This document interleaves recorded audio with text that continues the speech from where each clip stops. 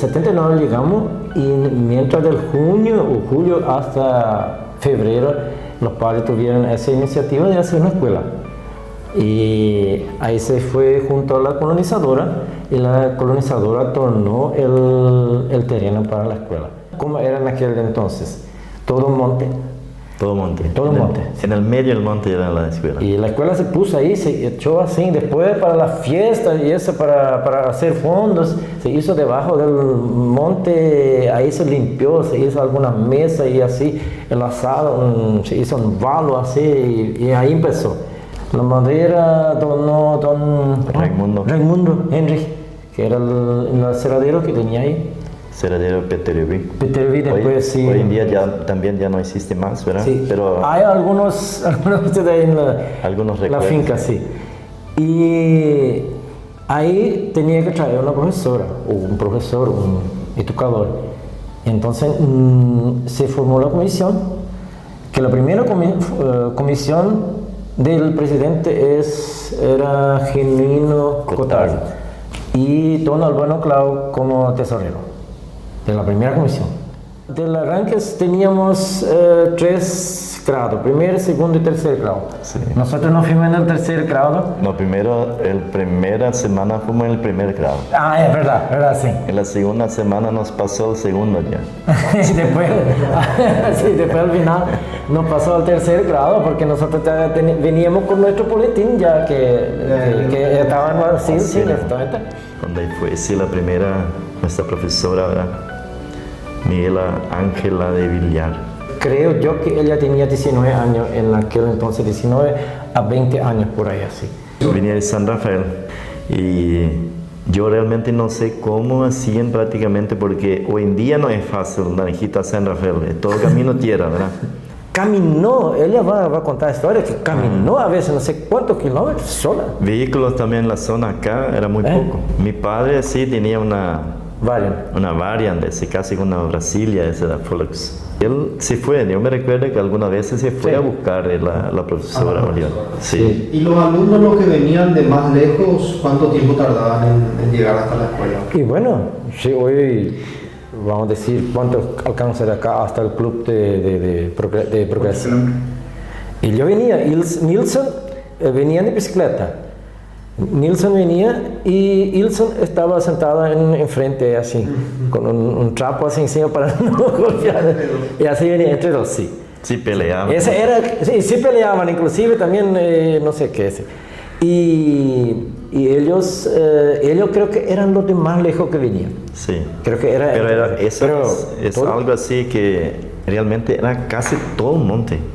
En ese espacio de la escuela hasta allá creo que tenía una abierta ahí en Satkamp, en Buffalo. Sí. Ahí en Mataburro, no sé si había alguito por ahí, sino todo el mundo. Tengo de esta profesora, tengo el contacto, tengo de una profesora allá que todo día nos enviamos mensajes. Yo soy muy grato a mis profesores. Yo soy muy grato a esa profesora porque imagina ustedes, a nuestros padres también, a los padres, ¿verdad? Que tuvieron realmente esa preocupación. El señor que tenía el comercio Angelín, él era un incentivador también, mucho para ese. No tenía hijos, él ya era un señor un poco más de edad, así, con su compañera, pero incentivaba mucho la escuela, alguna cosa, y cuando se hacía una comilona, algo así, yo me acuerdo que él a veces tenía un arroz y daba un arroz así para cocinar.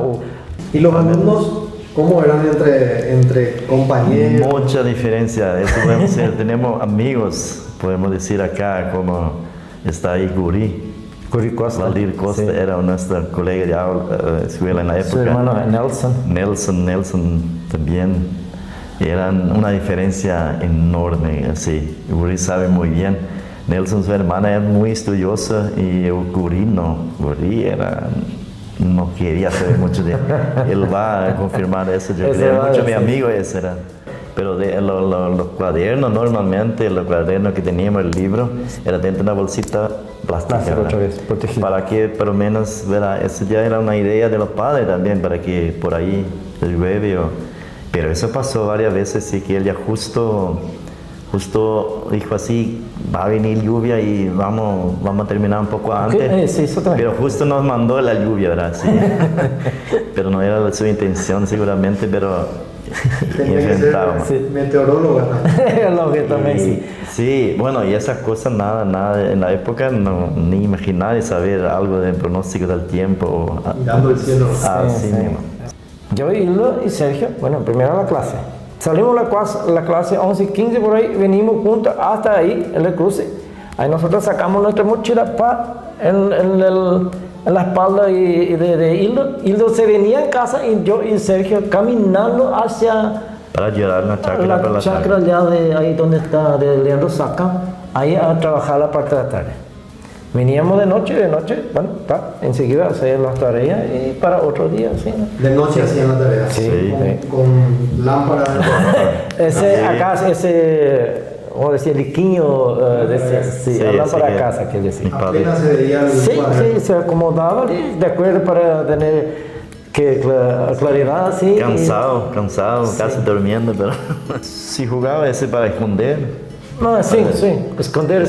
Hay no sé, para esconderse, ya éramos grandes, pero era algo que hacíamos, ¿verdad? Después, en los domingos, ese creo que es muy... En los domingos, en la época había mucha casa, ¿verdad? La gente marcaba, ¿verdad? Había un amigo nuestro, bien moreno, así, Nilson Pelé le llamaba. Sí, también era nuestro colega de clase. Entonces él fabricaba, él después tenía una pequeño aseradero acá también cerquita. Y él con tabla hacía como una escopeta, ¿verdad? Diseñaba y cortaba así como si fuera una escopeta. Entonces nosotros como yo me recuerdo cuando tenía 10 años, 11 tal vez por ahí, jugábamos de cazar también, ¿verdad? Como 3, 4 tenía la arma y ahí 2 o 3 eran los venados y los otros eran los perros, ¿verdad? Después jugábamos también con carretilla, ¿verdad? Era algo que más Milton que fabricaba, nosotros, yo más quebraba los ejes, se hacían las rueditas de madera mismo, ¿verdad? Y con tabla. Y ese era, no me recuerdo así bien, pero tal vez 4 o 5 años nuestro pasatiempo a los domingos, ¿verdad? Sí. Nosotros, los padres, teníamos mucha suerte porque realmente no teníamos miedo para entrar en el monte. Hoy en día yo hoy en día tengo miedo de entrar en unos pases en el monte por víbora, esa cosa, ¿verdad? Tengo mucho miedo porque por ahí. Y aquel entonces, la cuarta casa, o sea, el cuarto techo que estaba en Naranjito, el cuarto techo era la escuela, prácticamente así en el pueblo. No, claro, lógico que estaban nosotros los padres que vivían y la familia que vivía al costado. Pero centro de Naranjito era 3 casas, más el cuarto techo era la escuela. ¿Qué le dirían a esa primera profesora, a esos primeros profesores? ¿Qué le dirían a los padres que formaron esa escuela?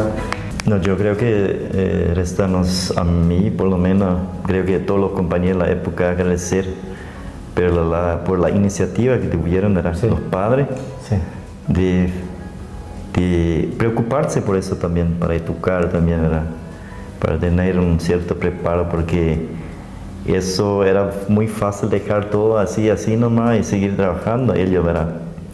Y a la profesora también, por eso yo creo que en mi vida por lo menos fue muy importante y le deseo suerte. No sé, hoy en día creo que no está en Paraguay, pero ella sabe muy bien que somos muy gratos a ella. Estoy muy contento de verlos. Acá están sus alumnos. Sí, Sergio y Milton. No cambiaron nada. Para mí siempre fueron mis niños. Gracias, profe. Gracias.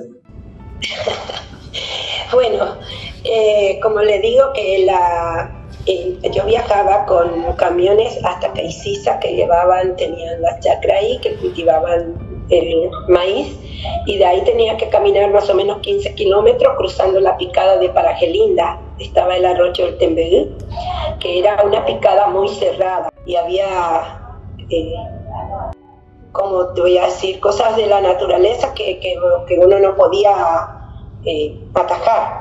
Entonces era dificultoso muchas veces de irme hasta Naranjito o de salir hacia mi casa. Y fue una experiencia para mí también, porque primeramente que yo no hablaba el portugués y segundo que los chicos no hablaban el castellano.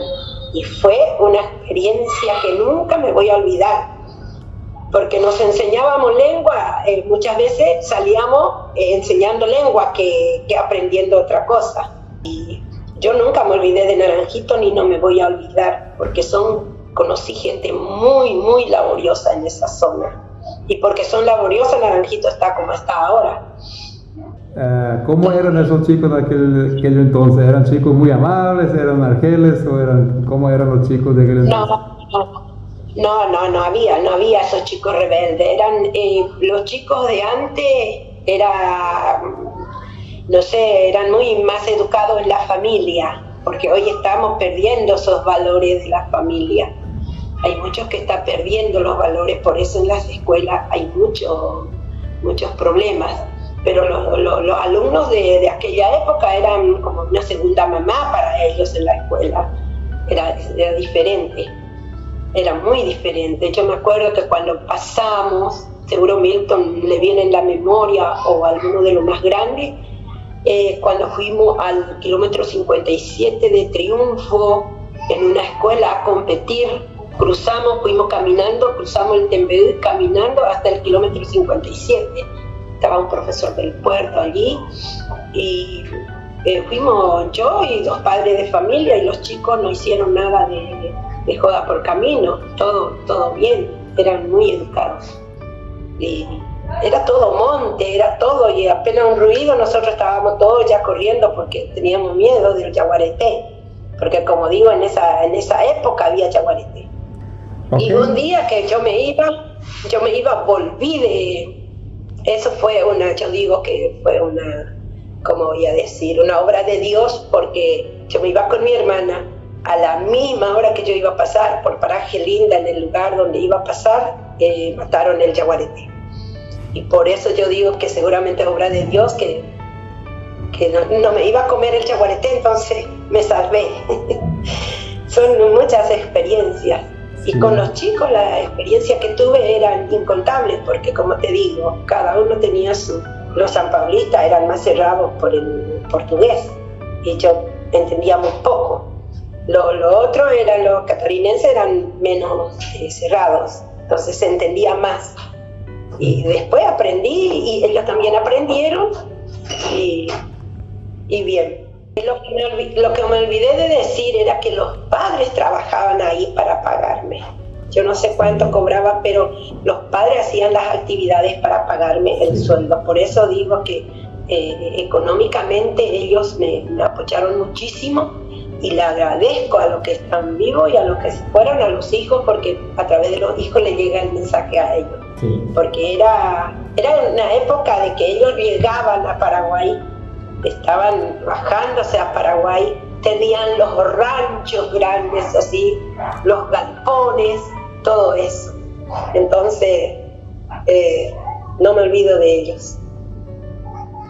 Bueno, yo realmente pienso que es algo muy importante que está haciendo la Unión de Comunidades. Documentar todo eso buscando el comienzo es realmente muy válido, porque eso hace nos recordar realmente, porque empezamos a olvidar ciertas cosas, ¿no? Y para que realmente esa gente que ahora llega a Naranjito, los jóvenes que realmente van a conociendo un poco más cómo se inició todo eso, ¿verdad?